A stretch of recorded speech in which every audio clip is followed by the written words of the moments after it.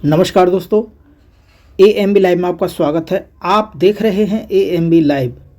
खबर जिला गौतम बुद्ध नगर के पब्लिक इंटर कॉलेज जहांगीरपुर से सम्मान व स्वागत समारोह की कुछ झलकियां। विद्यालय पब्लिक इंटर कॉलेज जहांगीरपुर के पुरातन छात्र डॉक्टर विनोद कौशिक जी, जो भारतीय स्पेस एजेंसी में कार्यरत हैं और चंद्रयान 3 टीम का हिस्सा भी रहे हैं। वैज्ञानिक डॉक्टर विनोद कौशिक जी के सम्मान में विद्यालय पब्लिक इंटर कॉलेज परिवार के द्वारा एक सम्मान समारोह आयोजित किया, जैसा कि हम आपको पहली खबर में दिखा चुके हैं। लेकिन पहली खबर में छात्राओं की प्रस्तुति व गणमान्य वक्ताओं के अनमोल शब्द हम आपको उस खबर में नहीं सुनवा पाए थे। प्रोग्राम का शेष अंश इस खबर में आपके सामने प्रस्तुत है।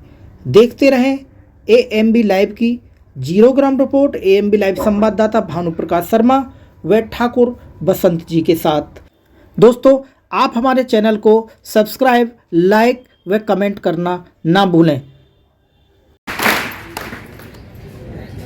अब मैं निवेदन करना तालियां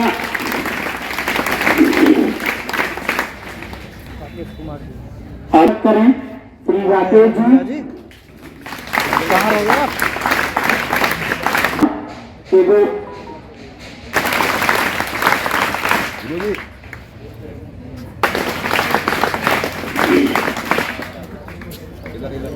अब मैं निवेदन करना चाहूंगा आगे ले जाए।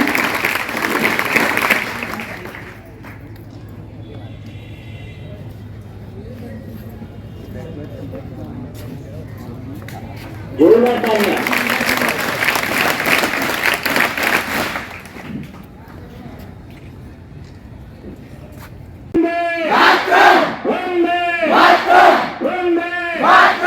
देश के अमर शहीदों की, देश के अमर शहीदों की अन्य जगह का, अन्य जगह का, वस्त्र जगह के, वस्त्र जगह के, उसकी रक्षा हम करेंगे, उसकी रक्षा हम करेंगे। भारत माता की आपको बोलता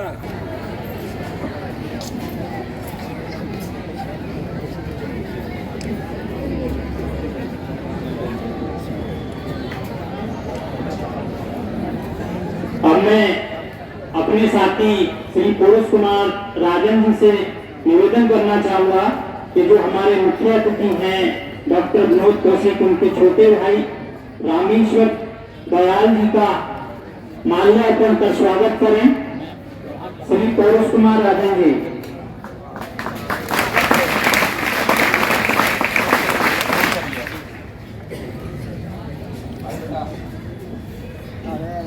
अब मैं इस कार्यक्रम की कड़ी को आगे जोड़ते हुए विद्यालय की छात्राएं, जिन्होंने हमारे मुख्य अतिथि सम्मानित जो मंच पर आसीन व्यक्तित्व बैठे हैं, उनके लिए स्वागत जो गीत तैयार किया है वो आए और उसका प्रस्तुतिकरण करें।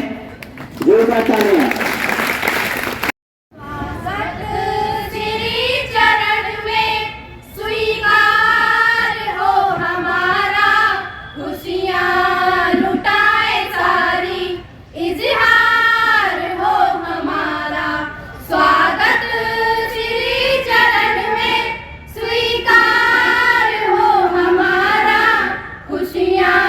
लुटाए सारी, इज़हार हो तुम्हारा।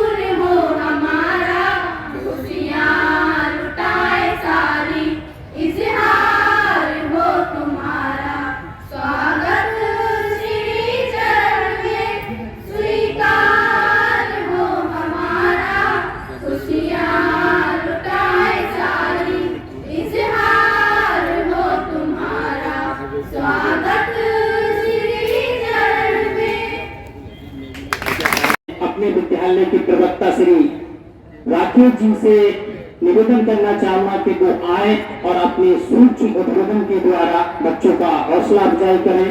श्री राकेश कुमार जी।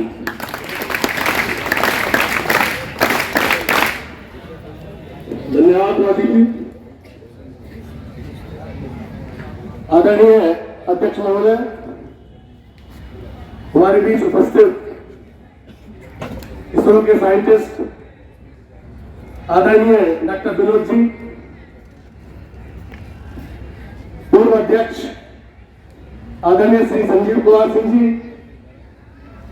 मेरे गुरुजन भौतिकविद retired professor NRC college physics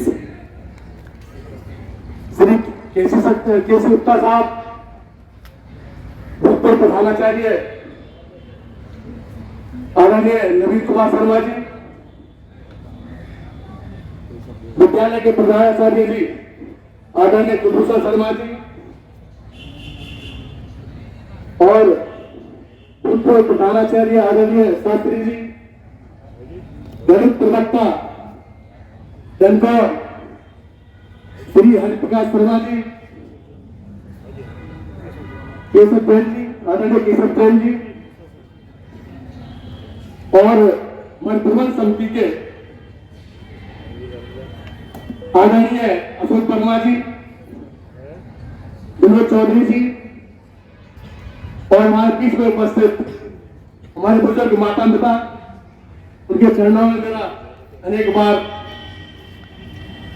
चरण बंदन और नमन, और सभी उपस्थित सम्मान व्यक्तित्व, सभी मेरे सम्मानित शिक्षक साथी, पत्रकार बंधु, आदरणीय शर्मा जी,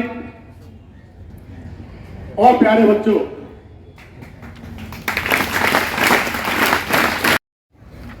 आपके सम्मुख जो महान मूर्ति आज मंच पर मुख्य अतिथि के रूप में विराजमान है, आपका सूक्ष्म परिचय मैं देना चाहता हूं। आपने inter public inter college Jahangirpur से की, इसके बाद एनआरसी कॉलेज खुर्जा से बीएससी किया, और कुरुक्षेत्र यूनिवर्सिटी से एमटेक, एंड आईआईटी बॉम्बे से पीएचडी। ऐसी महान मूर्तियां पैदा तो बहुत होते हैं, लेकिन जो अपना नाम, अपने परिवार का नाम, अपने समाज का नाम रोशन करते हैं, वो चुनिंदा लोग ही होते हैं।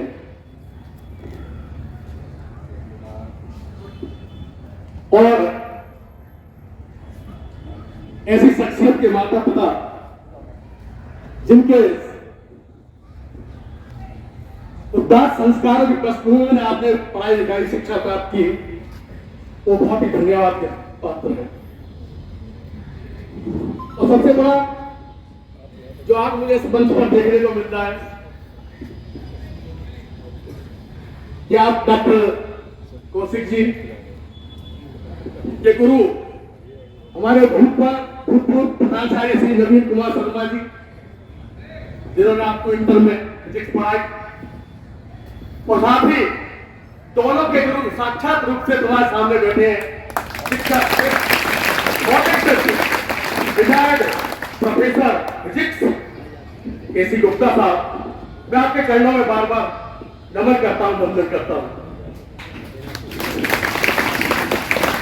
बच्चों, इसरो हमारे देश की अंतरिक्ष एजेंसी है,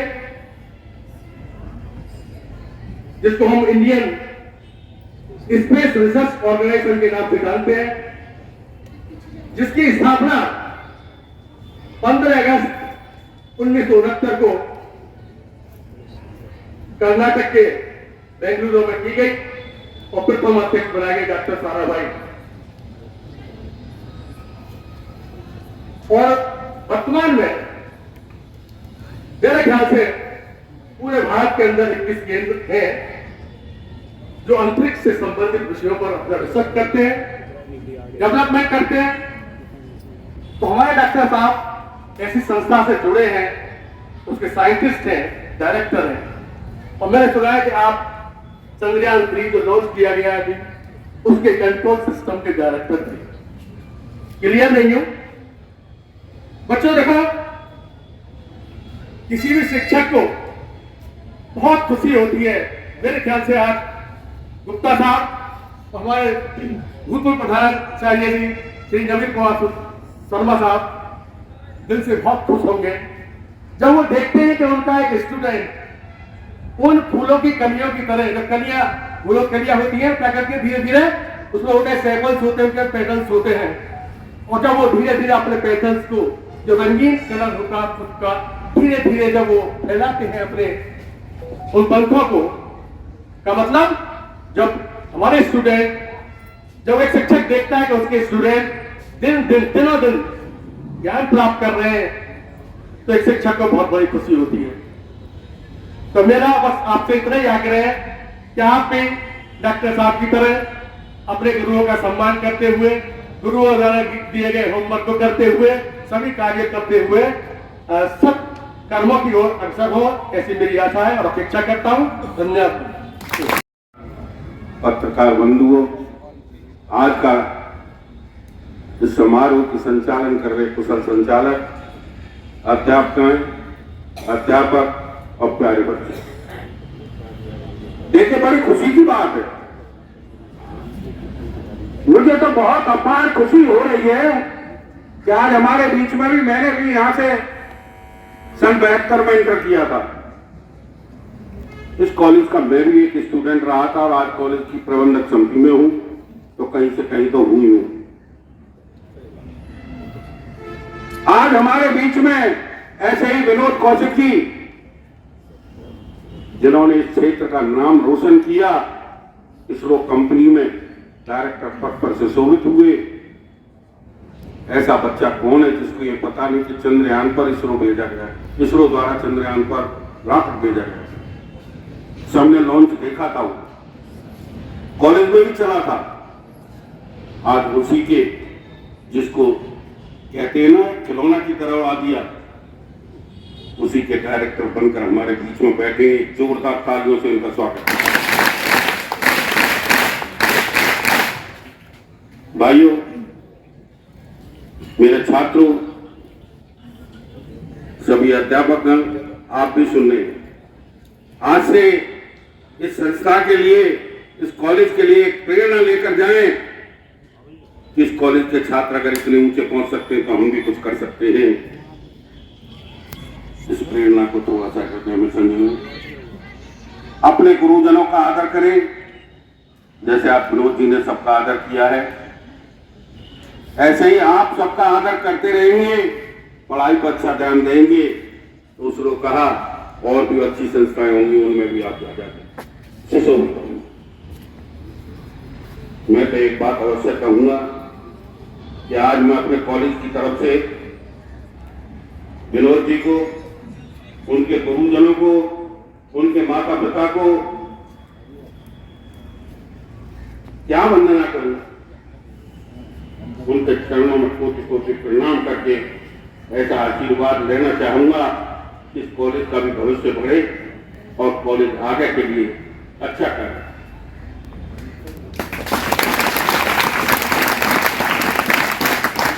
मैं अपनी वाणी को ज्यादा नहीं कहूंगा, क्योंकि आज स्वागत समारोह सभी बोलेंगे थोड़ा थोड़ा। मंच पर उपस्थित सभी लोगों को मेरा शुभाशीर्वाद और जो मुझसे बड़े हैं उनको सादर नमन। सब लोग, बाकी सब लोगों ने तो सब कुछ शुभाशीर्वाद दिया ही है, मेरी तरफ से भी है। बाकी मैं तो आज कुछ बच्चों के लिए कहना चाहता हूँ। बहुत दिनों बाद मौका लगा है कि बच्चों से कुछ कह सकूं, उन्हीं के लिए मैं आज कहना चाहता हूँ थोड़ी सी बातें। सबसे पहली बात तो मुझे बच्चों को ये कहनी है कि आप लोग सुबह जल्दी उठने की आदत डालें। होता क्या है, जैसे मैंने अभी आपसे कहा कि सुबह को जल्दी उठें, तो आप जल्दी उठने की कोशिश करेंगे, घड़ी में अलार्म लगा देंगे 5 बजे का, 4 बजे का अलार्म बोलेगा, एक हाथ मार के बंद कर देंगे और फिर सो जाएंगे थोड़ी देर के लिए। इससे आपका जो लक्ष्य है वो पूरा नहीं होता। इम्तिहान नजदीक हैं, थोड़ी मेहनत करें, जल्दी उठें, क्योंकि सुबह जब आप उठते हो तो आपका दिमाग तरोताजा होता है, आप याद भी अच्छा कर सकोगे जल्दी। रात को बच्चे पढ़ते हैं ज्यादातर, साहब में तो आदत पड़ रही है, बुरी आदत पड़ जाए चाहे अच्छी आदत पड़ जाए, लेकिन जो पड़ जाती है वो रिपीट होती है बार बार। अच्छी आदत डाल लो तो अच्छा रहेगा, जल्दी उठने से स्वास्थ्य भी आपका अच्छा रहेगा। और आपने पढ़ा है जो जागत है सो पावत है, जो सोवत है सो खोवत है, तो आपको तो पाना है ना कुछ ना कुछ। अभी तो आपके पानी की उम्र है, आपको पाना है, इसलिए सुबह उठने की आदत डालें। दूसरी बात मैं आपसे कहना चाहता हूं कि बोले कम और सुने ज्यादा। भगवान ने आपको 2 कान दिए सुनने के लिए, लेकिन मुंह एक दिया, तो आधा बोलो और दुगना सुनो। इस बात को भी आप ध्यान रखें, फालतू की बातें ना बोलें, अच्छी अच्छी बातें करें। जो भी डिसीजन आप लें उसका पालन करें। आप इंटरमीडिएट में हो, हाई स्कूल में हो, आप निर्णय लोगे कि भाई मुझे क्या बनना है। यदि आप सोचते हो मुझे इंजीनियर बनना है या मुझे डॉक्टर बनना है, तो उसी के लिए आपको प्रयास करना होगा। अभी से ही आप प्रयास करना शुरू कर दीजिए, अपना लक्ष्य निर्धारित कर दीजिए और उसको एक्शन में ले आइए कि भाई मुझे इस तरह से करना है काम, तो फिर ये करना ही है। रात दिन आपको वही दिखाई देना चाहिए। कभी किसी दोस्त ने कह दिया इंजीनियर बनेंगे, आपने भी सोच लिया, कोई नया डॉक्टर बनेंगे, वो डॉक्टर बनने की बात करने लगे, तब कुछ नहीं बन पाओगे। एक उद्देश्य हासिल करो और उसी के लिए प्रयास करो, तब आप सफल हो सकोगे। दोस्तों के साथ आप जाते हैं, कभी कभी मना करना भी सीखिए, असहमत होना भी सीखिए। वो जगह चल पिक्चर चल रहे हैं, तुमने कहा चल चल रहे, ये मत करिए आप। अच्छी किसी काम के लिए कोई कहे तो सहमत होइए, गलत काम के लिए कहे तो उससे दूर रहिए। समय के साथ चलिए, समय बढ़ता जाता है, समय के साथ रहेंगे। आगे तो समय से नहीं चल सकते, लेकिन पीछे भी नहीं रहिए, समय के साथ अपना रहिए। कोई टाइम वेस्ट मत करिए, अपना निर्धारण कर लीजिए कि मुझे इस समय काम करना है, उसके हिसाब से काम करिए। एक टाइम टेबल बना लीजिए, इम्तिहान नजदीक है, उसी के हिसाब से आप तैयारी अपना करना शुरू कर दीजिए। गैर जरूरी बातों से, गैर जरूरी बातें जो हों उनको अवॉइड कीजिए। आजकल वो थोड़ा सा बीच में कोरोना आया, उससे सबको मोबाइल मिल गए। अब मोबाइल खोलते ही हम देखने लगते हैं कि किसने मैसेज भेजा है, आज क्या क्या बात आ रही है इसमें सोशल मीडिया पर, और वो ध्यान बढ़ जाता है, पढ़ाई में ध्यान नहीं रह पाता। क्योंकि सोशल मीडिया में अच्छी चीजें भी हैं और बहुत सारी खराब चीजें भी हैं। अब ये तो आपके ऊपर है कि आप क्या करना चाहते हो। अच्छा बनना चाहते हो तो अच्छी बातें देखोगे, खराब बातों की तरफ ध्यान ना दें, ये ध्यान दें। एक बात आपको और करनी है, आप में से बहुत से बच्चे यही आज कई बाहर से भी आए होंगे, यहाँ रह रहे होंगे, तो जो भी पैसा आप माँ बाप भेज देते हैं आपको पढ़ाई के लिए, उसका सदुपयोग होना चाहिए, दुरुपयोग नहीं होना चाहिए। एक बार जब मैं पढ़ता था, बहुत पुरानी बात है, सन 62-63 की, लखनऊ यूनिवर्सिटी में पढ़ता था मैं उस समय। मेरा एक फ्रेंड था, उसके गार्जियन से उसने पैसे मंगाए थे, गार्जियन ने पैसे भेजे, लेकिन ये कहा कि इन पैसों का सदुपयोग करना, लेकिन कंजूस मत कहलाना। अब बड़ा चक्कर लगाओगे तो ये क्या कह रहे हैं, सदुपयोग करना, कंजूस मत बनना। वो समझ में नहीं पाता रही थी, तो उन्होंने दोबारा से फोन किया अपने पिताजी को कि पिताजी तक खबर मिलाई कि ये जो आपने कहा है इसका क्या मतलब है। उन्होंने कहा मतलब ये है कि तुम्हें 500 मीटर जाना है, 1 किलोमीटर जाना है, तो रिक्शे का इंतजार मत करो, पैदल चले जाओ। अरे समर्थ हो, जवान लड़के हो, चले जाओ पैदल। लेकिन यदि 5 किलोमीटर जाना है और आपके पास में बोझ भी है, उसे लेकर के यदि पैदल जा रहे हो तो कंजूस कहलाओगे। जहां जरूरत हो पैसे का सदुपयोग करो, वेस्ट नहीं करना है। एक बात और ध्यान रखनी है आपको, नेगेटिव लोगों से हमेशा दूर रहना है। नेगेटिव वो जो आप पढ़ रहे हो, अरे कल पढ़ेंगे, अभी से क्या है, ये बड़ा अनुभव रहा था, बहुत पुरानी बात है। बिना का दीपमाला आया करती थी उस समय, तो हम पढ़ने बैठते थे, 2 दोस्त थे, अरे 2 गाने सुन लें पहले जब पढ़ेंगे, फिर ये गाना तो बहुत अच्छा आया है, फिर पढ़ेंगे। तो 8 से 9 बज जाते थे, पढ़ने का ही नंबर नहीं आता था। फिर मैंने जाना बंद कर दिया वहाँ पर, क्योंकि मेरे यहाँ बिजली नहीं थी उस समय, उनके यहाँ बिजली थी, उसके यहाँ टीवी भी था, ये जो रेडियो में सुनते थे ऐसे करके। फिर जाना मैंने बंद कर दिया। इसलिए नेगेटिव लोगों से हमेशा दूर रहिए, पॉजिटिव लोगों के साथ बात करिए। वो व्यक्ति जो कुछ नहीं कर पाया, आप उससे बात करोगे तो वो यही कहेगा, अरे क्या कर रहा है, तेरे बस की ना है, छोड़, तेरे बस की ना है, बेकार टाइम बिगाड़ रहा है अपना। ये बात नहीं करनी है। अच्छे लोगों के संपर्क में रहोगे, कामयाब लोगों के संपर्क में रहोगे, तो आपके मन में भी अच्छी अभिलाषा होगी। आप आज बैठे हो और आप इसरो के वैज्ञानिक के सामने, आपके सामने मौजूद है, तो आपके मन में भी आ रहा होगा भाई हम भी कुछ बनते, हम भी कुछ बनने की कोशिश करेंगे। ये क्यों आई? क्योंकि आप अच्छे लोगों के संपर्क में आए। यदि नेगेटिव लोगों के संपर्क में आओगे तो अच्छा नहीं रहेगा। इसलिए कोशिश करो कि आप जिन लोगों से मिलते हो वो अच्छे लोग हों, अच्छी बात करें, इसका ध्यान रखना है। और इस सब के बाद भी आपको ये ध्यान रखना है कि आप स्वस्थ रहिए। थोड़ा बहुत योगा कर लीजिए या व्यायाम जैसे भी कर सकें, घूमना कुछ भी कर सके आप, लेकिन स्वस्थ रहिए। स्वस्थ कहते हैं ना, पहला सुख निरोगी काया। यदि आप स्वस्थ हो तभी तो बढ़ पाओगे। इसलिए स्वस्थ होना भी बहुत जरूरी है। हर तरह के नशे से दूर रहिए, प्रसन्न रहने की कोशिश कीजिए। हर कामयाब व्यक्ति प्रसन्न रहता है, मुंह लटकाए नहीं रहता कभी भी। प्रसन्न रहने की कोशिश कीजिए। और अंत में मैं आपसे ये कहूंगा, एक जिम्मेदार भारतीय नागरिक की तरह से व्यवहार करिए। दूसरों को प्रसन्नता दोगे, दूसरों को खुशी दोगे तो तुम्हें भी खुशी मिलेगी। कभी आप बस में जा रहे हैं, कोई बुजुर्ग आपको दिखाई दे, वो खड़ा है, आप बैठे हो, तो कोशिश करो कि उन्हें सीट ऑफर करो। कोई बुजुर्ग लेडी है, उसका सम्मान करो, उन्हें भी सीट दो। कोई सड़क पार कर रहा है बुजुर्ग आदमी, उसे गाड़ियां बहुत जा रही हैं, तो कोशिश करो कि उसे हम एक सिरे में पहुंचा दें। ये ध्यान दीजिए, जितना आप दूसरों के लिए करोगे वो डबल होकर के आपके पास में आएगा। भगवान का भी कोई रखता नहीं। जो भी चीज आप करते हो आपके पास में वो सब चीज ब्याज समय लौट करके आती है। खुशी बांटोगे तो खुशी आपको मिलेगी। बस इतने मुझे कहना था। थोड़ा बहुत मेरी बातों पर सोच आप ध्यान रखिए तो अच्छा।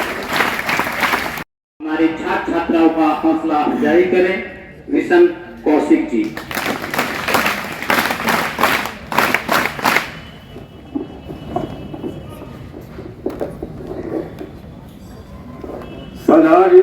सदाशिव समारभ्य शंकराचार्य मध्यमाम अस्मदाचार्य पर्यंतम वंदे गुरु परंपरा।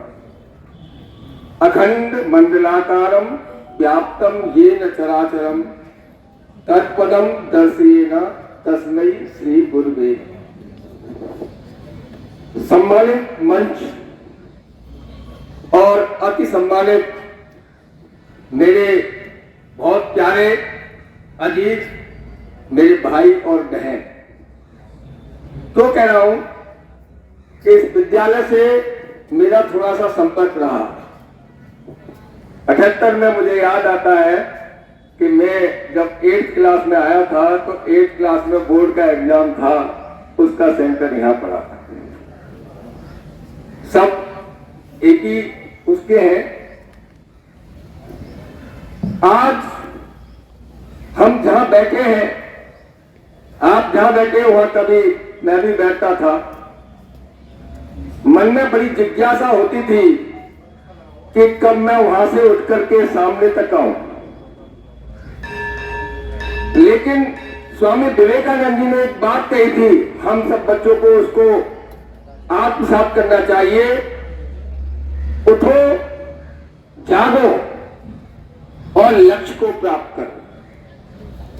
उठ करके तो हम सब आए, अपने अपने घरों से पढ़ने के लिए विद्यालय प्रांगण तक आ गए, लेकिन यहां आकर के कितने जागृत हुए ये हम पर निर्भर करता है। और जो बच्चा जागृत हो जाता है वो लक्ष्य को प्राप्त करता है, और जो उसने लक्ष्य निर्धारित कर लिया है उसको वो अवश्य प्राप्त करेगा। प्यारे बच्चों, अगर आपकी तरक्की से कोई खुश होता है केवल 3 व्यक्तियों को सबसे ज्यादा प्रशंसा मिलती है। कौन? नंबर 1 आपकी मां, नंबर 2 आपका बाप, पिता जिसने आपको जन्म दिया है, जिसने आपको पढ़ाया लिखाया, सब व्यवस्था की, और जो सबसे बड़ा होता है, जो खुशी होती है, वो हमारे गुरु होते हैं। अगर गुरु, मैं एक बात और कहूं, यहां विद्यालय में मैं भी अध्यापक हूं दिल्ली में, एक बात मैं आपके सम्मुख कहना चाहता हूं, अगर एक इंजीनियर गलत निकल जाए किसी कारणों से, अगर एक इंजीनियर खराब निकलता है तो क्या करेगा? कम से कम एक पुल का निर्माण गलत कर देगा, जिसके टूटने से 10-20 लोगों की मृत्यु हो जाएगी, दूसरे लोग पे चले जाएंगे, इससे ज्यादा कुछ नहीं होगा। एक डॉक्टर गलत निकल जाए तो क्या कर पाएगा? 100-200 लोगों को इस लोक से उस लोक पहुंचा देगा। वही एक अध्यापक अगर ये सोच ले कि मैं वेतन के लिए काम कर रहा हूं, अगर वो किसी कारण से गलत निकल जाए तो मैं समझता हूं बच्चों का निर्माण नहीं, राष्ट्र का वो हनन कर देगा, राष्ट्र का वो कहां से कहां ले जाएगा। ये मुझे साथियों, मेरे साथियों, भाइयों, मैं एक निवेदन करता हूं, वही एक अध्यापक अगर नवीन शर्मा जी के जैसा मिल जाए तो एक पत्थर को तराश करके, और एक मनोज विनोद रूपी पत्थर को तराश करके उसको इसरो में साइंस के रूप में स्थापित करके चंद्रमा पर स्थापित करने की क्षमता रखता है। मैं ऐसे गुरुओं को प्रणाम करता हूं। भाइयों, साथियों, कहने के लिए तो बहुत है। पीछे अभी हम एक विद्यालय में थे, प्रज्ञान करके था, हमारे बच्चों ने एक प्रश्न किया, थोड़े आपके मध्य आने की हमें शिक्षता थी तो वहां जवाब नहीं दे पाया।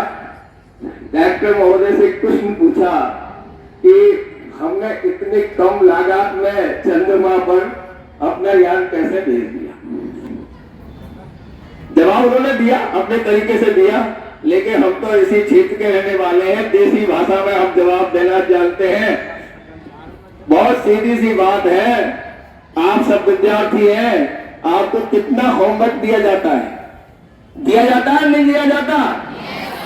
काम कराया जाता है, लगातार कराया जाता है, बार बार कराया जाता है। वही काम है वैज्ञानिक, उनके जीन में बात आ गई कि इनको काम करो, इनको बार बार प्रयोग करो, बार बार करो, टेस्ट करो, कुछ भी करो, करते रहो। ये लैब में जाकर के वही काम करते हैं जो होमवर्क आप स्कूल में कर रहे हो, वो होमवर्क इन्होंने लैब में, वही आदत इनकी पड़ गई, वो लैब पर खुद करते रहे, कम खर्चे में हुआ। और दूसरी बात, हम गांव में हैं, गांव के हैं सब लोग, मक्का का खेत होता है, उसमें एक मचान बनाते थे ऊपर, वहां पर खड़े होते थे, चिड़िया बैठ गई तो गोपिया हाथ में लेते थे, जानते गोपिया, पत्थर का टुकड़ा था, और यूं घुमाया और एक डोर छोड़ दिया और फेंक दिया, जहां तोता बोलता तो वहीं गिरता था। वही काम इन वैज्ञानिकों ने किया था। इन्होंने चंद्रयान यहां से भेजा, पृथ्वी के कक्षाओं से घुमाते रहे, घुमाते रहे, घुमाते रहे, घुमाते रहे, जब देखा चंद्रमा की तरफ आ गया, उन्होंने एक रस्सी छोड़ दी और सीधा चंद्रमा की कक्षा में पहुंचा दिया।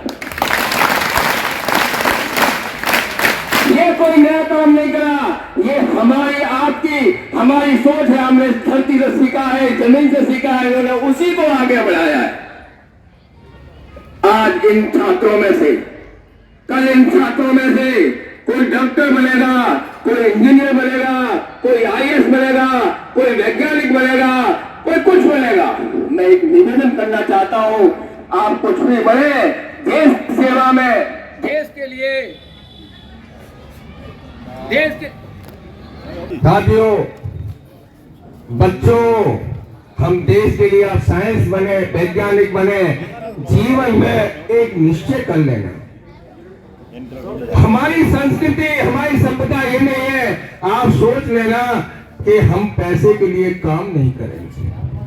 हमें देश की, समाज की, राष्ट्र की सेवा के लिए काम करना है। जीवन दिया है, व्यक्ति को चाहिए कितना? 2 रोटी खानी है, कपड़ा पहनना। आज ये विभूति आपके समक्ष बैठी है, आपके पक्ष आई है, क्या इनके पास ऑफर नहीं थे? अमेरिका से ऑफर था, नासा से ऑफर था, कहां से ऑफर नहीं था हमको पता है, बताऊंगा तो बहुत बड़ी लिस्ट हो जाएगी, लेकिन उन्होंने नहीं कहा। इन्होंने कहा मैं देश के लिए काम करूंगा। मुझे बहुत बड़ा अफसोस होता है जब एक IAS ऑफिसर के यहाँ रेड पड़ती है, 7 दिन तक पैसा गिनने की मशीन लगाई जाती है। साहब, ये समाज किस तरफ जा रहा है? हमें आज ये संकल्प करना है, हमें सोचना है कि हमें पैसे के लिए नहीं, केवल राष्ट्र की सेवा के लिए काम करना है, अपने देश को आगे ले जाना है। वन अर्थ वन नेशन की बात आदरणीय प्रधानमंत्री जी करते हैं, हम तो बहुत दिन से कहते हैं कि ये वसुधैव कुटुंबकम, ये पृथ्वी हमारा संसार है, हमारा घर है।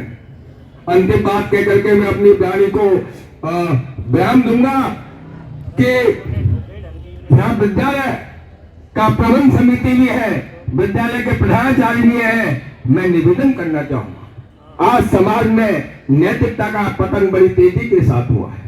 आदरणीय गुरु जी पीछे चर्चा कर रहे थे कि बुजुर्गों को सीख देनी चाहिए, ऐसी अनेक बातें हैं। नैतिकता का पतन हो गया, क्यों पतन हो रहा है, हमने इस पर विचार करना चाहिए, क्योंकि हमारी शिक्षा पद्धति का मूल दोष है। जब तक पौराणिक शिक्षण को आधुनिक शिक्षण के साथ समावेश करके नहीं पढ़ाया जाएगा, तब तक नैतिकता का पतन होता रहेगा।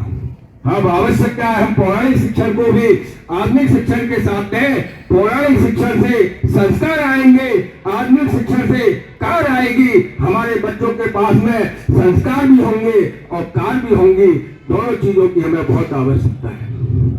साथियों, प्यारे बच्चों, हमें संकल्प करना है। मैं एक बात और कहता हूं, आजकल एक शब्द मिलता है एंजाइटी। 3-3 साल के बच्चों को ब्रेन हेमरेज हो रहा है, साहब हार्ट अटैक आया है। क्यों आ रहा है?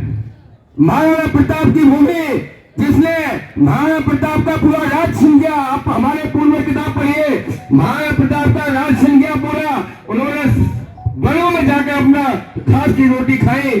क्या उन्होंने कभी उनको एंजाइटी हुई? हाँ, मेरा राज छीन गया। हम उस धरती के निवासी, उनका राज छिन जाने के बाद भी उनको एंजाइटी नहीं, दुआ से अपनी शक्ति को संकेत करके उन्होंने दुआ से राज प्राप्त किया गया। हमारी बहन कुमारी सुभद्रा गांधी चौहान ने लिखा, मैं उनका बहुत सम्मान करता हूं, बहुत अच्छी बात है। खूब लड़ी मर्दानी। अरे किसकी मर्दानी लड़ी? आप सोचिए, एक झांसी जैसे शहर में सारे मर्दों ने अपनी पगड़ी अंग्रेजों के समझ रख दी। वहां एक महिला खड़ी हो जाती है, अपने बच्चे को कमर पर बांध करके हाथ में तलवार उठाकर अंग्रेजों से लोहा लेती है, और उसने तो नहीं कहा मेरा हस्बैंड नहीं रहा, मेरा कुछ नहीं रहा। किसकी मर्दानी लड़ी? वो जनानी लड़ी, ऐसी लड़ी कि अंग्रेजों को धूल चटा दी। तो हमारे बच्चों टेंशन कुछ नहीं ले लिए, बड़े हंसी खुशी जीना है। जो होगा वो अच्छा होगा, और जो हो रहा है वो भी अच्छा होगा।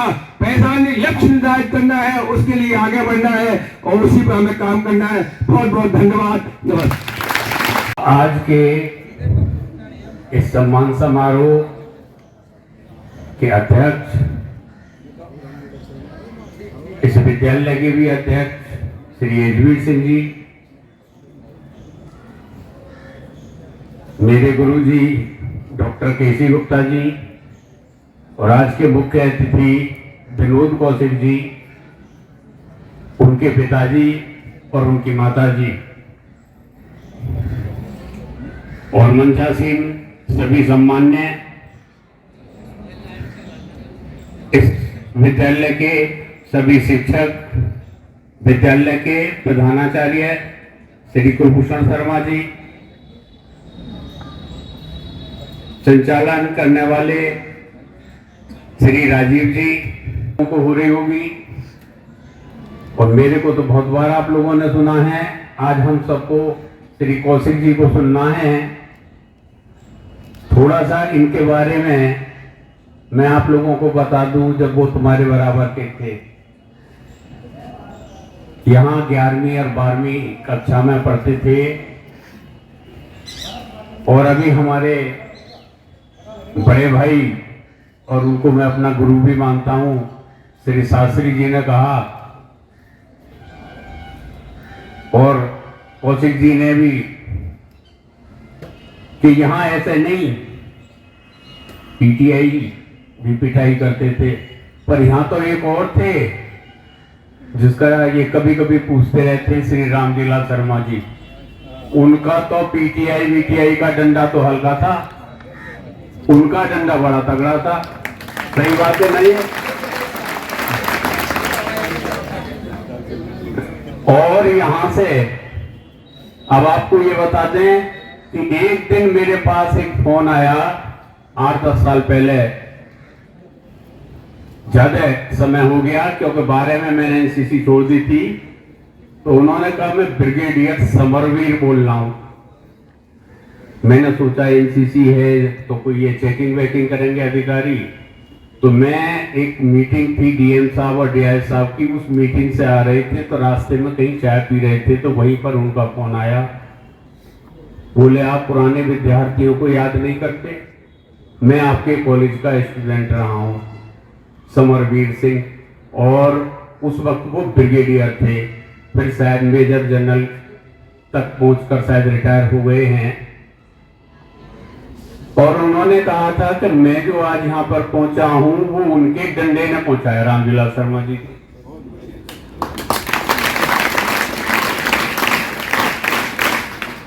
इस ग्रामीण क्षेत्र के अंदर एक ऐसा योग्य व्यक्ति जिसको अंग्रेजी का इतना ज्ञान हो कि बहुत सारे विद्यार्थी, यानी हम गर्व करते हैं, जैसा कि अब यहां मेरे से पहले जो वक्ता हैं उन्होंने बताया कि माँ बाप और गुरु बड़े खुश होते हैं किसी भी बालक की तरक्की से, माँ बाप और गुरु। तो मुझे भी बहुत खुशी होती कि मेरे को एक किसी काम से मैं मेरठ गया था और जिनके साथ गया था बोले हमें कचहरी में एक काम है। कचहरी में गए तो जो वहां जज बैठे थे उन्होंने मुझे देखा और कहा फीसगार से इनको बुलाओ मेरे चैम्बर में। जब मैं अंदर गया पता चला कि जी वो भी इस कॉलेज के स्टूडेंट हैं।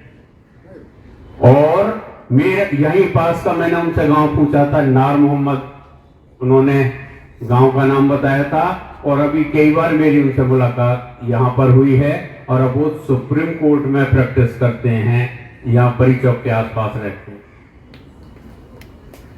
बहुत विद्यार्थी यहाँ के बड़े बड़े पदों पर हैं। मैं एमबीए में एक एडमिशन अपने बेटे का कराने गया था, बहुत टॉप का कॉलेज है वो। तो वहां पर एक सिफारिश लेकर गया था कि कोई दिक्कत अगर हो जाए, तो दिक्कत ये आई कि उसको हॉस्टल नहीं मिल रहा था बेटे को। तो मैंने सोचा उन प्रोफेसर साहब से बात करता हूं, तो मैं उनके पास गया। उन्होंने कहा मैं ज्यादा समय तुमको नहीं दूंगा, मेरी क्लास है, पर आप 1 मिनट मैं अपनी सारी बात मुझे बता दें। मैंने उनको कहा सर ये ड्राफ्ट है और हॉस्टल नहीं मिल रहा, हॉस्टल कह रहे हैं फुल हो गया है, एडमिशन तो हो गया है पर हॉस्टल नहीं मिल रहा।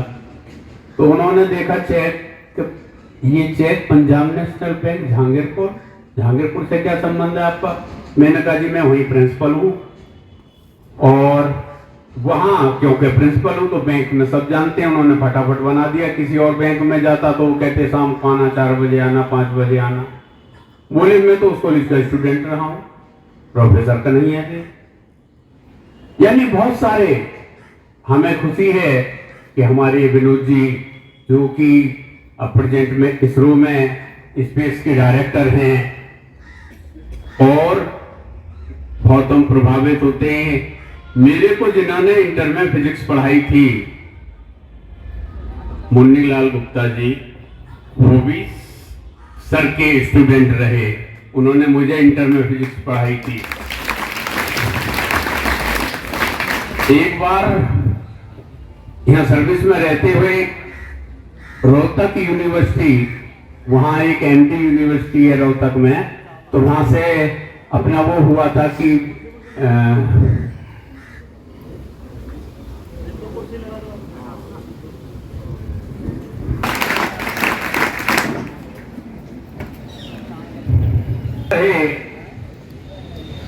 सीपी सिंह जी वो भी इसी कॉलेज के स्टूडेंट थे। और आपको एक बता दें कि जो ये प्रबंध समिति इस कॉलेज का बहुत ध्यान रखती है, उसके सारे मेंबर, सारे पदाधिकारी यहाँ के स्टूडेंट हैं। सर मैं गलत तो नहीं कह रहा? वो सब इसी विद्यालय से निकले हुए हैं। बहुत यहाँ के शिक्षक भी, यहाँ के स्टूडेंट अब कमीशन से आने शुरू हो गए हैं, तो संख्या कम हो गई। पहले यहाँ के बहुत जो अध्यापक थे वो यहीं के स्टूडेंट रहे थे। आप लोगों में भी एक अनुशासन और हर साल कुछ ना कुछ प्रतिभाएं निकलती हैं और निकलती रहेंगी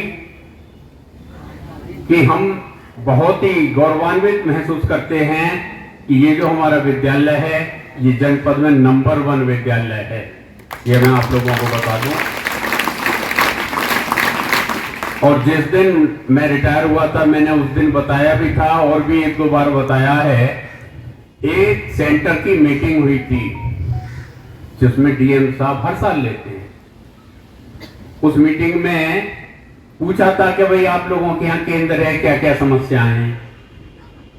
तो कोई कह रहे थे साहब 100 बच्चों के बैठने की व्यवस्था नहीं है, इतने बच्चों का सेंटर है, तरह तरह की समस्याएं प्रधानाचार्य बोल रहे थे। अब डीआईएस साहब को ये लगा कि भाई डीएम के सामने ये कॉलेज वाले क्या क्या कमियां बता रहे हैं। तो डीएम साहब ने कहा कि जिनके यहाँ सबसे बड़ा सेंटर है पब्लिक इंटर कॉलेज जहांगीरपुर, और जिसके चारों तरफ बुलंदशहर है, यानी बुलंदशहर वालों की तो ड्यूटी भी नहीं लग सकती वहां, क्योंकि वो दूसरा जिला आ जाता है, उनको कोई समस्या नहीं है। वो प्रिंसिपल साहब आराम से सोफा पर बैठे हुए, और तुम सबको 500-500, 400 बच्चों का सेंटर है, इनके 1100-1200 बच्चों का सेंटर है, इन्हें कोई समस्या नहीं है। तो एक प्रिंसिपल ने खड़े होकर ये कहा था कि पब्लिक इंटर कॉलेज जहांगीरपुर पहले 5 कॉलेजों में से है। तो डीएम साहब ने पता है क्या कहा था? डीएम साहब ने कहा था कि पहले 5 में नहीं, पहले नंबर का कॉलेज है।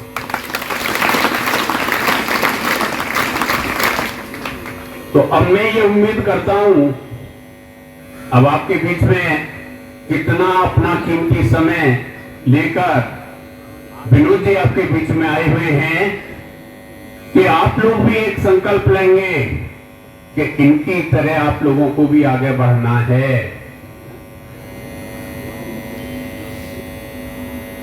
फिजिक्स एक ऐसा विषय है, वैज्ञानिक तो केमिस्ट्री में भी हैं, बायो में भी हैं, मैं आज इनसे कह भी रहा था, पर फिजिक्स के जो वैज्ञानिक हैं इनको सब जानते हैं, चाहे वो साइंस के हैं या नहीं।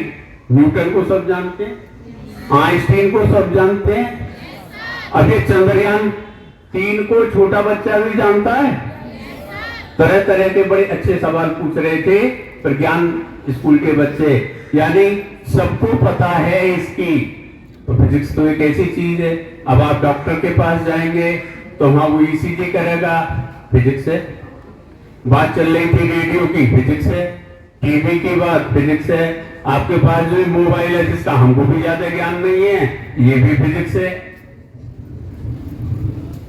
और एक बात और आपको बता दें कि फिजिक्स वाले जो लोग हैं, साइंटिस्ट हैं या जिन्होंने फिजिक्स की पढ़ाई की है, वो घमंडी नहीं होते, स्वाभिमानी हो सकते हैं। बहुत अब्दुल कलाम फिजिक्स के थे, क्या घमंड था उनके अंदर? सब बच्चों से मिलते थे। आपको बता दें कि ये 26 दिसंबर को राष्ट्रीय बाल विज्ञान कांग्रेस का प्रोग्राम होता था, जिससे मैं जुड़ा हुआ रहा हूं और आपके इस कॉलेज में भी हुआ है। और सर जज बनकर भी उस प्रोग्राम में कई जगह यानी नोएडा तक भी गए हैं, जो स्टेट लेवल का प्रोग्राम हुआ था। हमने सर से रिक्वेस्ट की थी कि सर जज के रूप में आप भी वहां होने चाहिए। हर प्रोग्राम में हर बार 26 दिसंबर को आते थे, जब वो राष्ट्रपति थे तब भी आते थे, नहीं थे तब भी आते थे। और एक प्रोफेसर जिनका नाम सबने सुना होगा, प्रोफेसर यशपाल, यूजीसी के चेयरमैन भी रहे प्रोफेसर यशपाल, वो भी हम लोगों से काफी अच्छे जुड़े हुए रहे। और अभी जो मैं एक बात आपको बता रहा था कि रोहतक यूनिवर्सिटी का, तो रोहतक यूनिवर्सिटी में मैंने यहां पर सर्विस में रहते हुए एमएड और बीएड किया था, और वहां मैं फिजिक्स के हेड के पास गया। वो प्रोफेसर जहान सिंह थे। उन्होंने पूछा कि आप ऐसा लगते हैं यूपी से हैं। मैंने कहा मैं यूपी का ही रहने वाला हूं। बोले यूपी में कहां के हैं? मैंने कहा मैं यूपी में बुलंदशहर को बिलोंग करता हूं, क्योंकि पहले ही बुलंदशहर जिले के अंदर था और ये जेवर तो सब बुलंदशहर में ही था। तो बोले वहां कहां? मैंने कही वहां एक जहांगीरपुर है जगह, तो वहां पर हूं मैं फिजिक्स में। बोले जहांगीरपुर? हाँ। बोले मैं वहीं का स्टूडेंट हूं, प्रोफेसर जहान सिंह, और वो हेड ऑफ द डिपार्टमेंट थे महर्षि दयानंद यूनिवर्सिटी रोहतक में अभी भी।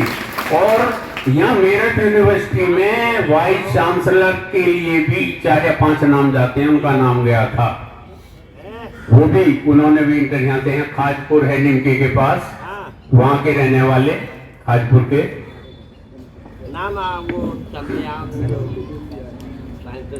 और समय आप लोगों का बहुत ज्यादा हो रहा है, बस अब मैं 2 एक बात इनकी विनोद जी की। इनका सेंटर था जनता इंटर कॉलेज जेवर, और एस्कॉर्ट बनके 2 अध्यापक जाते थे। और उस साल जो यहाँ प्रधानाचार्य थे जगदीश चंद्र गौड़ जी, वो कोई भी चीज पूछते थे तो उनसे ही पूछते थे, रामजी लाल शर्मा जी से, बिना उनकी सलाह के काम नहीं करते थे। जैसे मैं भी जब ये कॉलेज में आ गए तो मैं भी इनसे ही पूछ के काम करता था।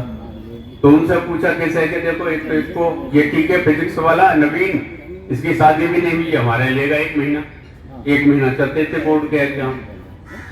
और एक रामरूप शर्मा थे, मैथमेटिक्स कलूपुरा गांव था उनका, और ये सब विद्यार्थी यहाँ के रहे हैं, इन्हें पता है, ये भी पढ़े थे उनसे। तो हम दोनों जने वहां जेवर जनता इंटर कॉलेज में गए थे। इतना अच्छा इन लोगों का डिसिप्लिन था कि वहां के जो वाइस प्रिंसिपल थे, उन्होंने कहा भाई ये तो जो यंग लड़का है इसकी शादी हो गई है? नहीं हुई है। तो पता करा कि नहीं हुई है, कि इसकी जाति क्या है? नवीन कुमार लिखता है, पता नहीं पूरा नाम क्या है। तो पता करा कि नवीन कुमार शर्मा। तो जो वहां इंग्लिश के लेक्चरर थे, तो उन्होंने कहा भाई हमारा रिश्ता करवा दो इस लड़के को। तो इन्होंने वहां, मैं रहता था, जो वहां के फिजिक्स लेक्चरर हैं उनके घर रहता था। और क्यों रहता था मेरी उनसे जानकारी नहीं थी, क्योंकि वो फिजिक्स के थे। मैंने उनसे कहा था मैं भी फिजिक्स का लेक्चरर हूं, तो उन्होंने कहा कोई बात नहीं, मैं आपके यहाँ रहूंगा 1 महीना। बाद में पता चला तो वो भी जहांगीरपुर पे रहने वाले थे। तो उनसे पूछा इंग्लिश लेक्चरर साहब ने कि ये लड़का आपके यहाँ रहता है, ये कैसा है? बोले फिजिक्स वालों की इंक्वायरी नहीं कर सकते, फिजिक्स वाले तो सब बहुत अच्छे होते हैं। और वो ऐसा हुआ कुछ भी, शादी भी हो गई थी।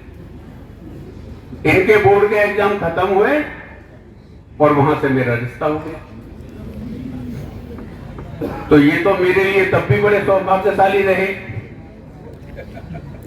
और उसके बाद इनसे मुलाकातें हमारी होती रही हैं, और ये बताते हैं कि जब भी कभी ये इस साइड में आते हैं, कॉलेज में जरूर आते हैं, और आगे भी आते रहेंगे, ऐसा मुझे विश्वास है।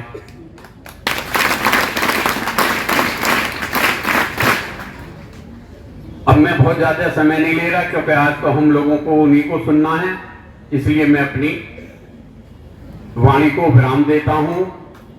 और भारत माता की, भारत माता की, भारत माता की। मैं निवेदन करूंगा आज के इस कार्यक्रम के मुख्य अतिथि अपना उद्बोधन दें आदरणीय डॉक्टर मनोज पासिंग जी।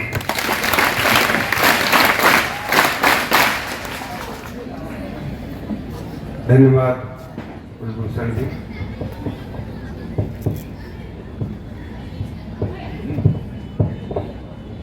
आदरणीय गुरुदेव एंड हमारे, हाँ आगे आ जाइए। आदरणीय गुरुदेव एवं हमारे गुरु के भी गुरु, जो हमारे भी गुरु हैं, मेरे आदरणीय एवं वंदनीय माता पिता, मंचासीन सभी वरिष्ठ गण जो बैठे हुए हैं, जिन्होंने यहाँ पे आकर अपना समय दिया है, उनका, मेरे प्यारे दोस्तों, सभी छात्रों एवं छात्राओं, ये मेरा सौभाग्य है कि मेरे को इतना प्यार मेरे उस स्कूल से मिल रहा है जहां मैंने 11वीं 12वीं की थी। मैं सबसे पहले प्रिंसिपल साहब श्री कुलभूषण जी का धन्यवाद करता हूं, और इनके जो बेसिक वो है इसकी भूमिका के, मेरे गुरुदेव श्री नवीन शर्मा जी हैं, जिन्होंने मेरे को फिजिक्स का, भौतिक विज्ञान का ज्ञान दिया था। तो ये सारी बातें कर रहे थे कि क्या नाम है, फिजिक्स का सच में वो बोल रहे थे कि एक बार आप देखते हो कोई फिजिसिस्ट है तो उसका मतलब है उसका परसेप्शन ही बदल जाता है उस आदमी के बारे में। तो बिल्कुल सही बात है सर, हम भी देखते हैं। और जब हमारे उसमें जितने ज्यादातर चेयरमैन रहे हैं हमारे, सब फिजिसिस्ट रहे हैं। इंजीनियर्स आई थिंक 2 या 3 ही रहे, 3 ही हुए हैं, परंतु बाकी सब फिजिसिस्ट रहे हैं, क्योंकि उनको पूरी ब्रह्मांड की पता रहती है। जैसे आपने देखा, आपको न्यूटन्स लॉ मालूम है और केपलर्स लॉ, सच में कितने हैं? Very nice. तो आप उनको देखोगे, हम ज्यादा कुछ नहीं करते, वही न्यूटन्स लॉ, केपलर्स लॉ, आपकी ट्रिग्नोमेट्री, ज्योमेट्री, डायनेमिक्स। अगर अब 12वीं में कितनी किताबें मैथ की आपकी? 2। हमारे टाइम में 6-7 होती है। वो जो मैथ था ना, वो अगर फाउंडेशन आपकी अच्छी है, अगर आपने यूपी बोर्ड से मैथ को और फिजिक्स को ढंग से कर दिया, आपको संसार में कहीं भी कोई नहीं रोक सकता। You are at the top of the world. क्योंकि हमने ये देखा है कि हम एक चीज और मैं सराहना करना चाहता हूँ, इस स्कूल का बहुत अच्छा डिसिप्लिन है। इवन ताली बजाने में मैं डिसिप्लिन देख रहा हूँ। आजकल हम ऐसी चीजों के लिए आदी नहीं है, लेकिन चंद्रयान की सफलता के बाद में काफी प्यार और सम्मान मिल रहा है। तो हम तो जब बात करते हैं आपस में, यार इतना सम्मान मिल रहा है, सच में भावुक हो जाते हैं कई बार। लेकिन एक अच्छा है कि इस मिशन जो हुआ है, इसमें ये भी है हमने 400-500 करोड़ कर दिए खर्च किया।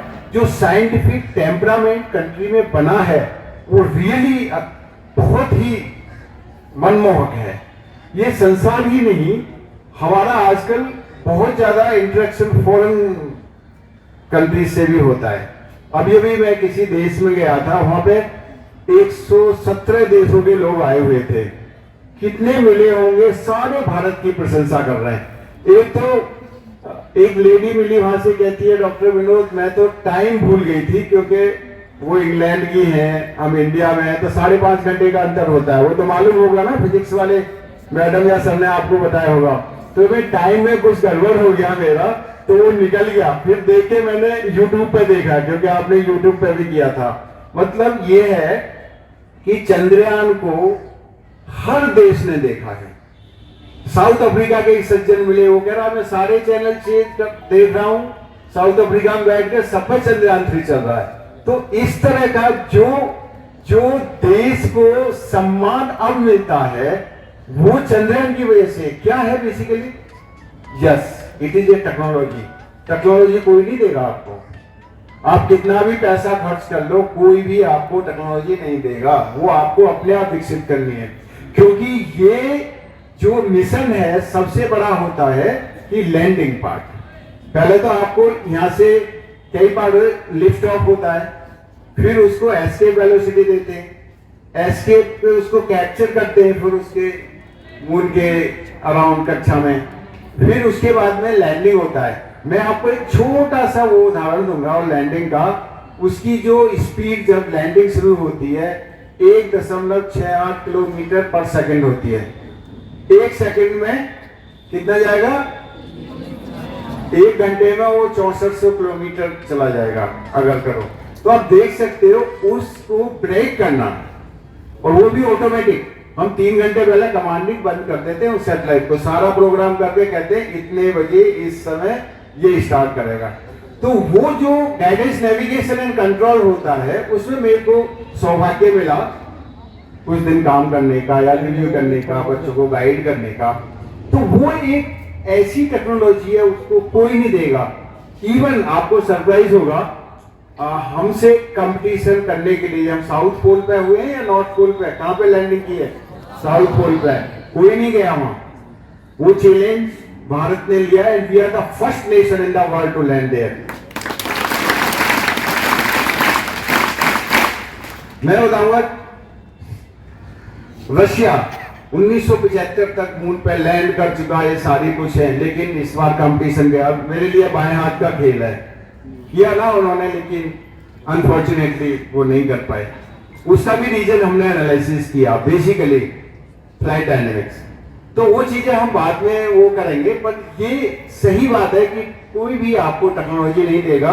आप कितना वो आपको खुद डेवलप करनी है, किताबों से पढ़नी है, सिमुलेशन करना है, आप भी करो। अब देखो, वो ऐसे ऐसे एक्सपेरिमेंट रहते हैं, मैं दूसरे कॉलेज में ही बता रहा था कि आप अपने यहीं पे अपने कॉलेज में बैठे बैठे अर्थ की सरकमफ्रेंस और रेडियस पता कर सकते हो।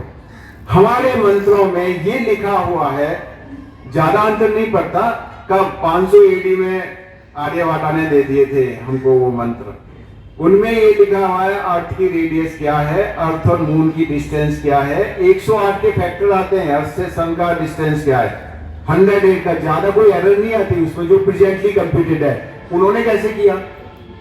थिंकिंग, एस्ट्रोलॉजी के लिए जो कंट्रीब्यूशन इंडिया का है, वो आप देखोगे बहुत महत्वपूर्ण है। चाहे जीरो हो, पाई की वैल्यू हो, वो क्या हुआ है, बेसिकली देखा जाओ, ये हमारी चीजें वेस्ट में जाके वापस हमको आई हैं। वो ज्ञान जो हमारी पुस्तकों में था, वो यहाँ से वेस्टर्न में गया, फिर हम ही को पढ़ाया जा रहा है उसको। ये कई बार हम तो इंटरनेशनल फोरम में बोलते हैं, हमारे पास रिटर्न प्रूफ है उस सब चीजों का। उसके बाद में क्या, 1100 AD में, अब से करीब 900 साल पहले तक भास्कराचार्य, आप उनकी पुस्तक लीजिए, लीलावती और भास्कराचार्य, पढ़ो आप उसको, संस्कृत के श्लोक, उसके पीछे हिंदी और इंग्लिश में उसके अनुवाद हैं। अगर आप बच्चे उसको पढ़ोगे, बहुत, मैं कह रहा हूं, वो 12वीं का मैथमेटिक्स ऐसे सॉल्व करते हैं। उसमें स्टार्टिंग से कैसे हमारा सबसे छोटी यूनिट क्या थी वो दे रखा है। उस समय कुछ नहीं था मैन्युफैक्चरिंग का, मैं जब की बात बता रहा हूं। तब उन्होंने जो बीज लेके उसकी जो लेंथ, उससे स्टार्ट किया था, लेंथ कितनी होनी चाहिए, ये क्या। अगर आप पढ़ोगे उसमें सारी एक पोएम के रूप में उन्होंने मैथमेटिक्स को डिस्क्राइब कर रखा है। अगर आप आर्यभट्ट पढ़ोगे, जिन्होंने ये बताया था आर्यभट्ट ने कि earth is not the centre of universe, उन्होंने बता दिया था। तब इनकी समझ में तो 1500-1600 AD तक नहीं आया था, तब भी वो लोग, ही वाज द पर्सन, उन्होंने उज्जैन का ये बता दिया था, ये 23.5 डिग्री सेंटीग्रेड, यहाँ से अगर ऑब्जर्वेशन करोगे क्या होगा, उसकी सारी बातें दी हुई है उसमें। आप गूगल सर्च करो, लेकिन उसमें अच्छी चीजें देखो, आपको आर्यभट्ट में ऑनलाइन भी मिल जाएगी, PDF पढ़ो उसको, उसके कई वर्जन है, Sanskrit to English, Sanskrit to Hindi, जो भी आपको अच्छा लगे पढ़िए। 1 पन्ना पढ़ो, 2 पन्ना पढ़ो। ये सबसे अच्छी बात है, भाई साहब भी बोल रहे थे कि आपका दृढ़ निश्चय होना चाहिए। जो भी काम कर रहे हो उसमें बिल्कुल तल्लीन हो जाओ। हमारे एक प्रोफेसर हैं जो NIT कुरुक्षेत्र के डायरेक्टर रिटायर हुए थे, तो हम MTech कर रहे थे उधर। हम उनकी केबिन में जब भी जाते थे तो उनके उसमें एक बड़े उसमें लिखा हुआ था थिंक। तो ये मेरी आदत शुरू से है, कुछ लिखा हुआ है क्या, थिंक, ओके, एक दिन पूछ ही लेते हैं इसका मतलब क्या है, क्योंकि ये सबसे बड़ी, अगर आपके दिमाग में कोई भी सवाल आता है, पूछो उसको, चाहे कितना भी छोटा हो। आप क्लास में पूछोगे, आपका दोस्त हो सके आपकी मजाक उड़ाए, तो थोड़ी देर के लिए आपको बुद्धू समझेगा, लेकिन पता शायद उसको भी नहीं हो। अगर आप सवाल को नहीं पूछोगे तो आप पूरी उम्र बुद्धू रह सकते हो, राइट। तो आपको क्या, तो मैंने पूछा गुरुजी ये थिंक का किस लिए, मैं थोड़ा समझ रहा हूं, यस। आप पूरे दिन जितना काम करते हो, शाम को सोते वक्त एक बार रिवाइज कर लो उसे, क्या क्या किया है। आपने कितने % अपने दिन को यूज किया है। खेलो, आप कूदो, आप जाओ कहीं चिट चैट करो, कोई बात नहीं है, अपने आप ही देखो, फिर अंतरात्मा से पूछो कि क्या मैंने अपना दिन सही तरह से इस्तेमाल किया है। तो ये सबसे बड़ी बात होती है और मैंने खुद एक्सपीरियंस किया है, अब भी करता हूं। अगर आप किसी भी अपने काम में इतने लीन और उससे मग्न होकर किसी भी सब्जेक्ट में पकड़ लो, उसको पढ़ते रहोगे और उसमें सोचते रहोगे तो आपको सॉल्यूशन रात को सोते वक्त भी मिल सकते हैं, सुबह को जगते वक्त मिल सकते हैं। लेकिन जब जो थॉट होता है वो सबसे, वो कहते हैं ना, हमारे सुबह प्रभात होता है, हमारी मम्मी बोलती थी जल्दी ब्रह्म वो है उसमें, जो ब्रह्म मुहूर्त में आप जगिए। अब गुरुजी ने कहा था, केसी गुप्ता जी ने कहा था, बहुत अच्छी बात है सुबह, लेकिन अभी क्या ये थोड़ा उल्टा हो गया है समाज, हम नहीं कर पाते अपने घर में, पर वो कुछ ना कुछ जस्टिफिकेशन है कि हम लेट सोते हैं, इंडिया में तो अब है कहीं दिन है, कुछ ना कुछ जस्टिफिकेशन आ जाते हैं। बट लेकिन अगर आप सुबह को जल्दी जगो, सच में अगर आप 1 घंटा पढ़ लो, मैं आपको अपनी ट्रिप बताता हूँ। मैं एमटेक करता था वहां पे, तो एमटेक के लिए जब मैं उसमें गया हॉस्टल, तो एक सज्जन थे जो प्रिंसिपल थे, वो भी एमटेक स्पॉन्सर कर रहे थे। तो वो एक दिन हम 8 लोग थे, 8 से 16 लोग थे, तो वहां पे बैठे हुए बात करने लगे, यार देखते हैं इसमें कौन टॉप करेगा। जनरली रहता है ना स्टूडेंट में, मैं टॉप आऊंगा, ठीक है भाई देख, कुछ नहीं। तो फिर वो क्या स्ट्रेटेजी चलती है बच्चों में, गुरुजी बोल रहे थे ना, हाँ उसको डिस्टर्ब करो, हम करेंगे। तो मैं क्या करता था, खाना खाऊंगा 8-9 बजे तक वॉकिंग करके सो जाता था। तो सोचते हाँ ये तो सो रहा है, रात को 2 बजे या 3 बजे आपकी आंख खुलेंगी, होमवर्क की बात कर रहे थे ना, अभी पूरा अपना काम करो, रात को शांति से अपना 2-3 घंटे पढ़ो और फिर सो जाओ। तो आपको क्या, आप उसको अपने काम पे आपका वो है, ना कि डिस्टर्बेंस है। तो ये सबसे बड़ी बात है कि अपने जो काम है, आपका लक्ष्य वहां है, आप अपना लक्ष्य रखो, मूल तक हम ले गए हैं, उससे आगे आप ले जाओगे।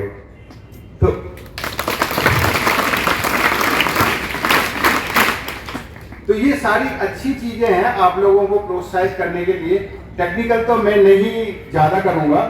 अच्छा, दूसरी बात, एक बहुत हमको भी क्वेश्चन आते थे, कुछ दिन पहले भी आते थे, हम ट्रिग्नोमेट्री क्यों पढ़े, इसका क्या फायदा है? आता नहीं आता? कोई बताएगा क्यों पढ़ते हैं ट्रिग्नोमेट्री? हम न्यूटन्स लॉ क्यों पढ़े?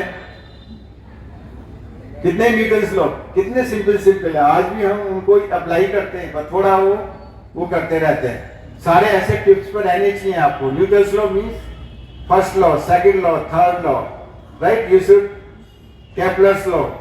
लेकिन ये रहता है, हम कैलकुलस क्यों पढ़े? पूरी किताब में आप कहते हैं आता, दिन में नहीं आता, दिमाग में आता है ना, क्यों पढ़ते हैं आप बताओ? कैलकुलस क्यों पढ़ाओ या ट्रिग्नोमेट्री क्यों पढ़ते हैं, इससे क्या फायदा है? हाँ सर, हम लंबाई और चौड़ाई बताने के लिए cos theta sin theta trigonometry पढ़ते हैं सर। इससे हमें पता चलता है कि कर्ण कितना है, उसका लंब कितना है तथा आधार कितना है। अब इसका मैं बहुत अच्छा, थैंक यू। तो ये इन्होंने एक थ्योरेटिकल उसकी डेफिनेशन दी, लेकिन जब अगर आप देखते हो तो एंगल तो हर जगह है, अर्थ का भी इज नॉट वर्टिकल, उसका भी एंगल है 23.5, जिससे सीजन्स होते हैं। अब उसको यूज कैसे करोगे? अब उसको देखते हो कहीं, उस एंगल के फिर कंपोनेंट निकालते हो, हॉरिजॉन्टल इतना होगा, ब्रेक करते हो ना, हॉरिजॉन्टल वर्टिकल, राइट है। तो इस तरह से क्या होता है, अगर आपका कोई एयरक्राफ्ट है या स्पेसक्राफ्ट है, वो अगर ऑर्बिट में जाता है, उसके ऑर्बिट डिटरमिनेशन में साइन कॉस का यूज होता है। उसके ऑर्बिट जब डिटरमाइन करते हो तो वो तो 6 डिग्री ऑफ फ्रीडम होती है। अगर किसी ऑब्जेक्ट को आप उछालोगे और वो चल रहा है, उसकी 6 डिग्री ऑफ फ्रीडम होती है। 6 डिग्री ऑफ फ्रीडम जानते हो? कोई अगर ऑब्जेक्ट है, उसको 3 ऐसे भी चल सकता है, ऊपर नीचे भी जा सकता है, जहाज में देखा होगा, राइट, और इनके वर्टिकल भी जा सकता है। और ऐसे ओरिएंट भी कर सकता है। वो कोई भी ऑब्जेक्ट है उसको ओरिएंट भी कर सकता है। तो 3+3 6 डिग्री ऑफ फ्रीडम होते हैं। तो अगर आप देखोगे जब ओरिएंटेशन आ जाता है तो मान लो हमने कोई भी, अब हम देखते हैं कि वो कैलकुलेट कैसे करते हैं अर्थ की वेलोसिटी या अर्थ का प्रिसीजन कितना होगा, कुछ एक टाइम का भी करेक्शन करते हैं। तो अर्थ के ऊपर भी सोलर रेडिएशन प्रेशर आ रहा है, वो भी उसको ऑर्बिट को डिस्टर्ब करता है। तो ये सारी चीजें कंप्यूट करने के लिए हम इन सब का इस्तेमाल करते हैं। आपने कोई स्पेसक्राफ्ट भेजा तो यहां से जब जाएगा तो जब ये मून रोटेट्स अबाउट अर्थ और sun, earth, good, and earth and moon and earth combination rotates about sun, excellent. So अभी क्या होता है, जो मून का ऑर्बिट है उसका भी इंक्लिनेशन है, मालूम है कितना है वो, उसका भी इंक्लिनेशन है, वहां का मून का 1 दिन होता है। तो मैं अब साइन कॉस पे आ रहा हूं उसका, तो उसका भी 5 डिग्री चेंज होता है, 23.5 ± 5, तो वो भी चेंज होता है। तो ये सारी कंप्यूटेशन में आपको ये पता चल जाएगा कि आपका मून का जो साउथ फेस है वो कब उससे कम्युनिकेशन एस्टेब्लिश होगा, राइट। नॉट ओनली दिस, जब आपका स्पेसक्राफ्ट जा रहा है कहीं तो उस पर कुछ थ्रस्टर्स होते हैं, थ्रस्टर मानते हैं जो थ्रस्ट देते हैं, कुछ इंजन होता है ना, जैसे गाड़ी में इंजन आप उसको तेज चलाते हैं तो फास्ट जाता है कम, तो सारे ऑटोमेटिक कंट्रोल होते हैं। जैसे टेस्ला की कार है एक, उसके लिए उसका तो पता हो, उसमें भी होते हैं। फिर उसको माउंट करते हैं किसी एंगल पे, तो एंगल पे करेगा तो इस तरफ थ्रस्ट देगा, राइट। अगर ऐसे करोगे तो नीचे देगा। उसमें क्या होता है, उसमें इस तरह से उनको माउंट किया जाता है, फिर उसका कंपोनेंट कैलकुलेट करते हैं, इधर इतना आएगा। तो basically they have lot of use. लेकिन अगर कैलकुलेस के लिए बोले वो क्यों यूज करते हो आपको, तो उसमें क्या होता है, कैलकुलेशन में आपको सेंट्रीफ्यूगल फोर्स मालूम है, right. F = mu is gm ना, पता है। अरे ये तो बेसिक है। फर्स्ट फॉर्मूला क्या है, first formula of physics is F = mu r vector divide by r cube. गुरुजी ने पढ़ाया है हमको। सो वो सिस्टम है।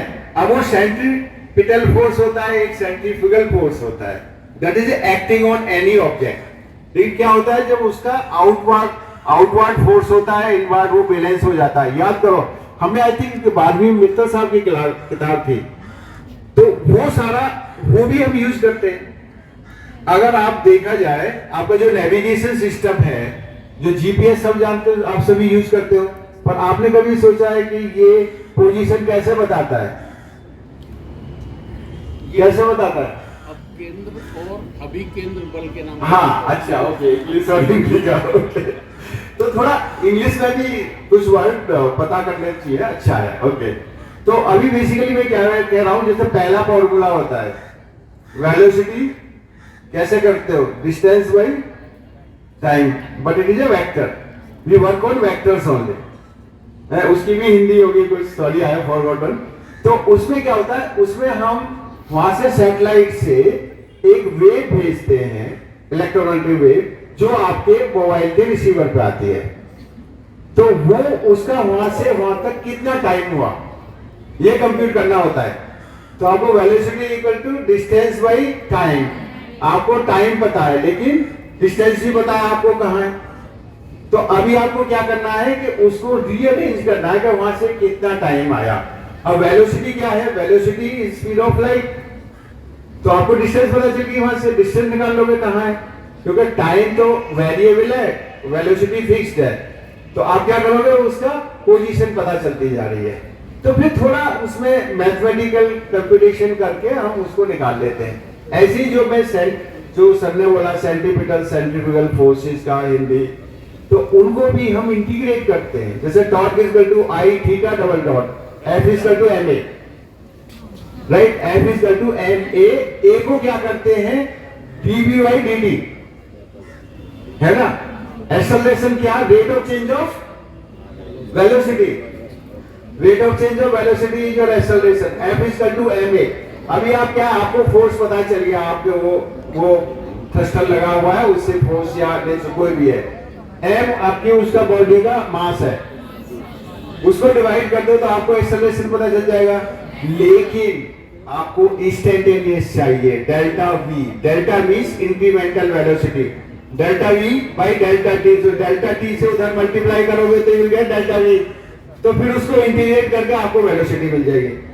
तो कहने का मतलब है कि इन चीजों पे ध्यान दो and try to relate that. उनसे क्या होगा, आपको वेलोसिटी इंटीग्रेट होकर आपको वेलोसिटी मिल जाएगी, इंटीग्रेशन आ गया।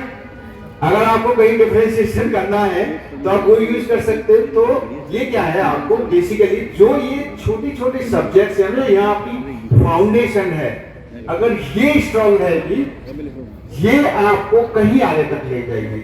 और मेरे को आई एम श्योर आप लोगों में से ही कुछ लोग वैज्ञानिक ही बनेंगे, और मेरे को लग रहा है आजकल वैज्ञानिकों का काफी क्रेज होना चाहिए। क्योंकि मैं अपनी कॉलोनी में एक रात को घूम रहा था, जनरली एक बच्चे मदर और बच्ची 3 साल की बच्ची थी वो, तो उसकी मदर ने बोला बेटे वो मून, कहती है मून नहीं मम्मी चंद्रयान 3। वो इतना प्रिसाइजली बोला और इतना अच्छा लगा हमें कि ये वाइल्ड ओवर नहीं, बच्चों को पता है कि चंद्रयान 3 कुछ हुआ है, there is a landing on moon. तो उसके लिए मैं कलाम साहब का एक बहुत अच्छा वो है जिसको मैं रियली लाइक करता हूं। उनका कोट है, where there is a righteousness in the heart there is a beauty in the character. जब आपके मन के अंदर राइचियसनेस है, things to do right things, there is a beauty in the character. When there is a beauty in the character there is a harmony in the home. See वो आदमी को अपने घर से लिंक कितना अच्छा किया है। When there is a harmony in the home, there is a order in the nation. When there is a order in the nation, there is a peace in the world. So that's why हम कहते हैं वसुधैव कुटुंबकम। So that is our background. तो मोदी जी ने भी चंद्रयान 3 को इस achievement of humanity, उन्होंने ह्यूमैनिटी के लिए दिया है इसको। तो मैं बस आप लोगों से यही निवेदन करता हूं कि आप पढ़ो, पढ़ते रहो और मन लगा के पढ़ो। और लास्ट में मैं फिर से प्रधानाचार्य महोदय का और मेरे गुरुजी एंड गुरुजी के गुरुजी सभी का हार्दिक धन्यवाद देता हूं। ये मेरा सौभाग्य है कि मैं आज आपके बीच में उपलब्ध हूं, और हम तो कनेक्टेड हैं इससे। जब भी मैं इस एरिया में आऊंगा जरूर मैं सभी लोगों के दर्शन करना चाहूंगा। धन्यवाद आपके लिए। धन्यवाद राजीव जी। आज इस सम्मान समारोह के अध्यक्ष और प्रबंध समिति के अध्यक्ष आदरणीय चौधरी यजवीर सिंह जी, कार्यक्रम के मुख्य अतिथि बड़े भाई आदरणीय डॉक्टर विनोद कौशिक जी, हमारे आदर्श और संरक्षक और मेरे गुरु इस विद्यालय के पूर्व प्रधानाचार्य श्री नवीन कुमार शर्मा जी, बड़े भाई कोऑपरेटिव बैंक के कई पदों को सुशोभित करने वाले, राजनीतिक और सामाजिक रूप में अपनी जमीन को स्थापित करने वाले आदरणीय श्री संजीव सिंह जी, मेरे गुरु के भी गुरु परम आदरणीय डॉक्टर के.सी. गुप्ता जी, हमारे बुजुर्ग और संरक्षक पितातुल्य आदरणीय श्री केशव जैन जी, वरिष्ठ सदस्य प्रबंध समिति आदरणीय अशोक वर्मा जी, भाई श्री विनोद चौधरी जी, सदस्य प्रबंध समिति पब्लिक इंटर कॉलेज जहांगीरपुर, प्रिय भाई श्री हरिप्रकाश शर्मा जी, प्रवक्ता बिहारीलाल इंटर कॉलेज धनकौर, आदरणीय भाई साहब श्री राजू कौशिक जी सपरिवार यहाँ उपस्थित है, आदरणीय माताजी और पिताजी कौशिक जी के जो बैठे हुए उनके चरण वंदन करते हुए मैं आज के इस कार्यक्रम में पधारे सभी अतिथियों का, सभी क्षेत्रवासियों का, नगरवासियों का विद्यालय परिवार की ओर से हार्दिक स्वागत, वंदन और अभिनंदन करता हूं। बड़े हर्ष और सौभाग्य का अवसर है कि आज हम सबको उस व्यक्तित्व का, उस शख्सियत का सम्मान करने का गौरव प्राप्त हुआ है, क्योंकि जैसे आप इस संस्था के छात्र छात्राएं हैं, वैसे ही डॉक्टर विनोद कौशिक जी भी और मैं भी इस विद्यालय के छात्र के रूप में आपकी तरह इसी जगह बैठा हुआ हूं। ये सारी चीजें मैंने भी, जब मैं आंख बंद करता हूं तो मुझे भी वही सारी गतिविधियां याद आ जाती हैं। तो ये मेरे लिए बड़े ही हर्ष और गौरव का विषय है कि मेरे पिता के अति प्रिय शिष्य रहे डॉक्टर विनोद कौशिक जी का सम्मान करने का सौभाग्य आज इस संस्था के प्रधान के रूप में मुझे करने का सौभाग्य मिला है। मैं अपने पिता के चरणों में भी सच्ची श्रद्धांजलि अर्पित करता हूं और इस अवसर पर आदरणीय कौशिक जी का अभिवादन करते हुए, स्वागत करते हुए मैं उनसे निवेदन करता हूं कि जैसा भी, जब भी उन्हें समय हो, मुझे मार्गदर्शन ने, दिशा निर्देशन ने और अपने इन छोटे बच्चों को, प्यारे प्यारे नन्हे बन्ने बच्चों को अपना आशीर्वाद समय समय पर देते रहे। अब मैं कार्यक्रम को और ज्यादा न खींचते हुए सभी का पुनः धन्यवाद इस कार्यक्रम में पधारने के लिए ज्ञापित करते हुए आज इस कार्यक्रम के अध्यक्ष और प्रबंध समिति के अध्यक्ष आदरणीय चौधरी एचवी सिंह जी से निवेदन करूंगा कि वो आए, आज के इस कार्यक्रम में अपना उद्बोधन दें और कार्यक्रम समापन की घोषणा करें। आदरणीय अध्यक्ष महोदय जी।